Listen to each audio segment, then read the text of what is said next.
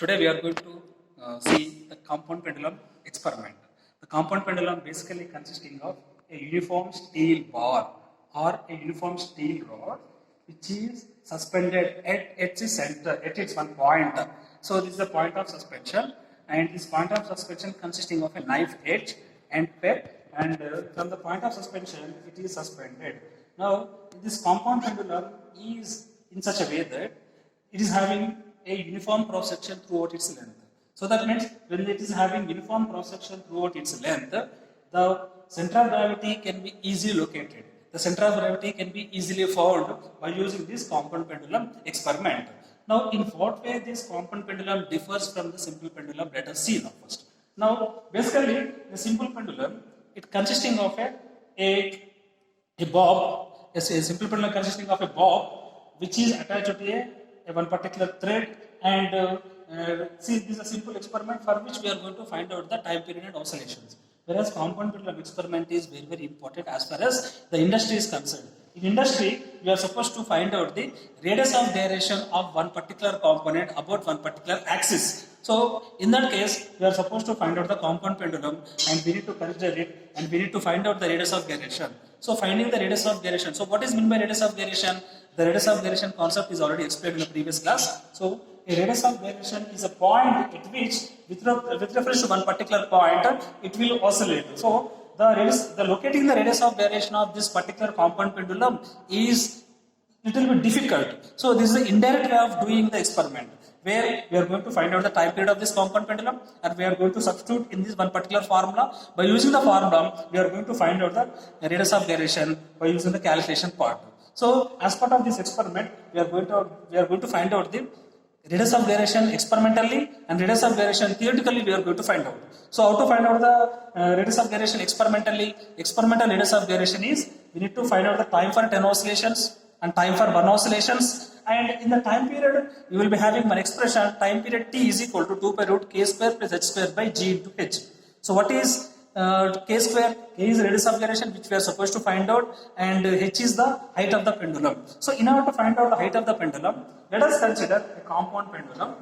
Let us consider the compound pendulum. We need to find out the total length of the pendulum, and since the mass is distributed evenly, uniformly, at the center of gravity will be at its center. The center of gravity to the point of suspension is the height of the pendulum.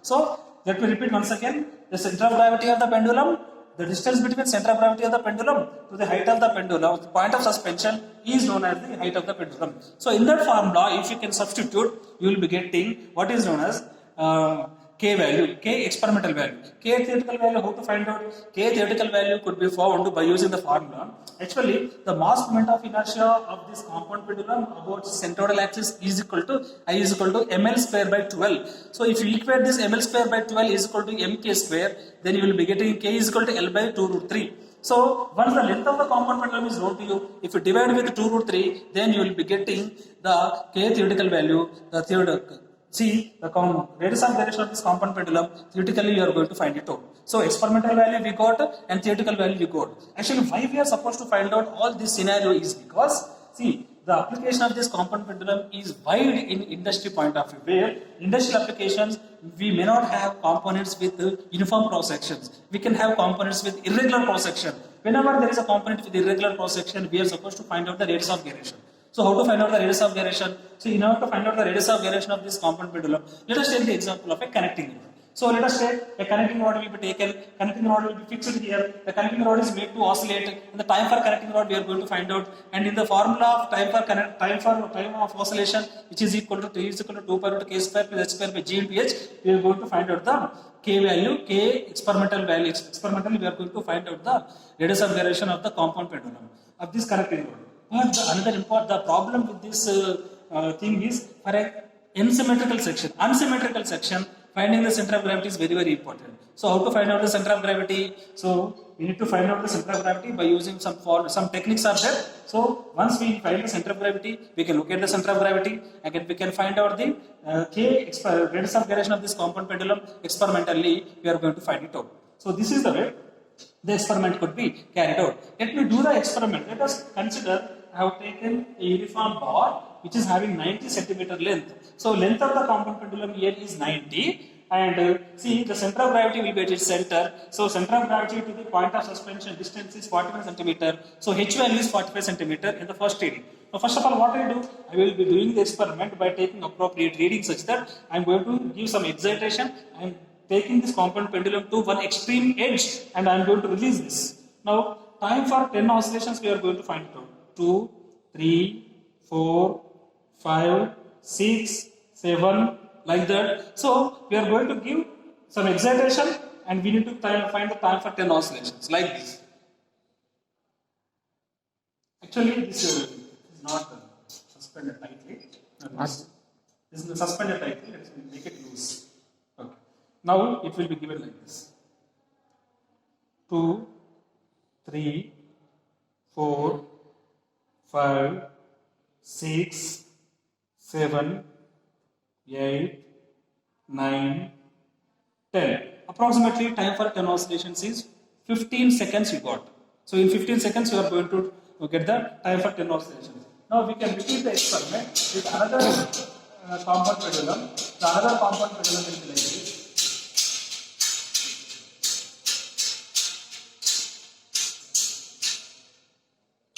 Let us take another one. The experiment with second observation. See, I have taken another compound pendulum with 80 centimeter length. Accordingly, the center of gravity will be at its center and the height of the pendulum will be 40 centimeter. Now I am giving some excitation and I am releasing it. 1, 2, 3, 4, 5, 6, 7, 8, 9, 10. So accordingly we get the time for 10 oscillations as 14 point something. So accordingly we are getting the time for 10 oscillations. The same experiment could be carried out with another setup. So this is the way the experiments could be carried out and the observations can be taken. Now let us take the observations into the observation table. 1, 2, 3. First height of the pendulum is 9, height of the pendulum is 45, 40, 35. Yes, now number of oscillations is 10. Every time we are doing the experiment with 10 oscillations. Time for this is 15.5, this is 14.5, this is 14. And time for one oscillation is 1.55, 1.45, 1.4 seconds. So how to find out experimentally and theoretically? So reading 1.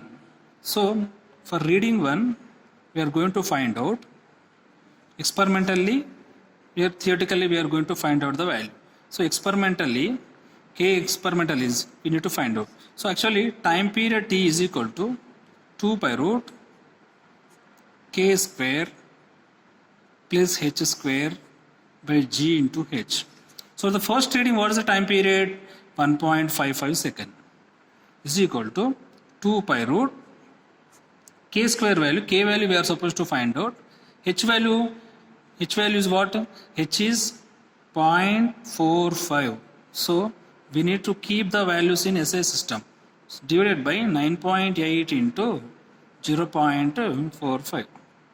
Now, so we will be getting appropriate K experimentally. We are going to find out the K experimental value. Similarly, K theoretical value. How to find out the K theoretical value? The expression for K theoretical is equal to, I already told you, L by 2 root 3. So what is L? L is nothing but in this experiment 90 means 0.90 divided by 2 into root 3. So you will be getting K experimental value and K theoretical value. Similarly, for the second reading, for the reading 1 also we have to do the same type of calculations. For the reading 2, it will be like this. Time period T is equal to T experimental is equal to 2 pi root square root of K square plus H square by G into H. So what is second reading? Reading for second value 1.45. Time period for second observation is 1.45. 2 pi root K square plus H value is, for second reading H value is 40 centimeter is 0.40, 0.4 whole square by 9.8 into 0.4. So you will be getting K experimental value, something value. Similarly, K theoretical for the second reading is equal to L by 2 root 3, which is nothing but 80 by 2 root 3. You will be getting experimental value as well as theoretical value. Once you get all these values, you have to keep these values in the observation table and you will be getting the final experimental values and theoretical values. So this is the way the compound pendulum experiment could be carried out.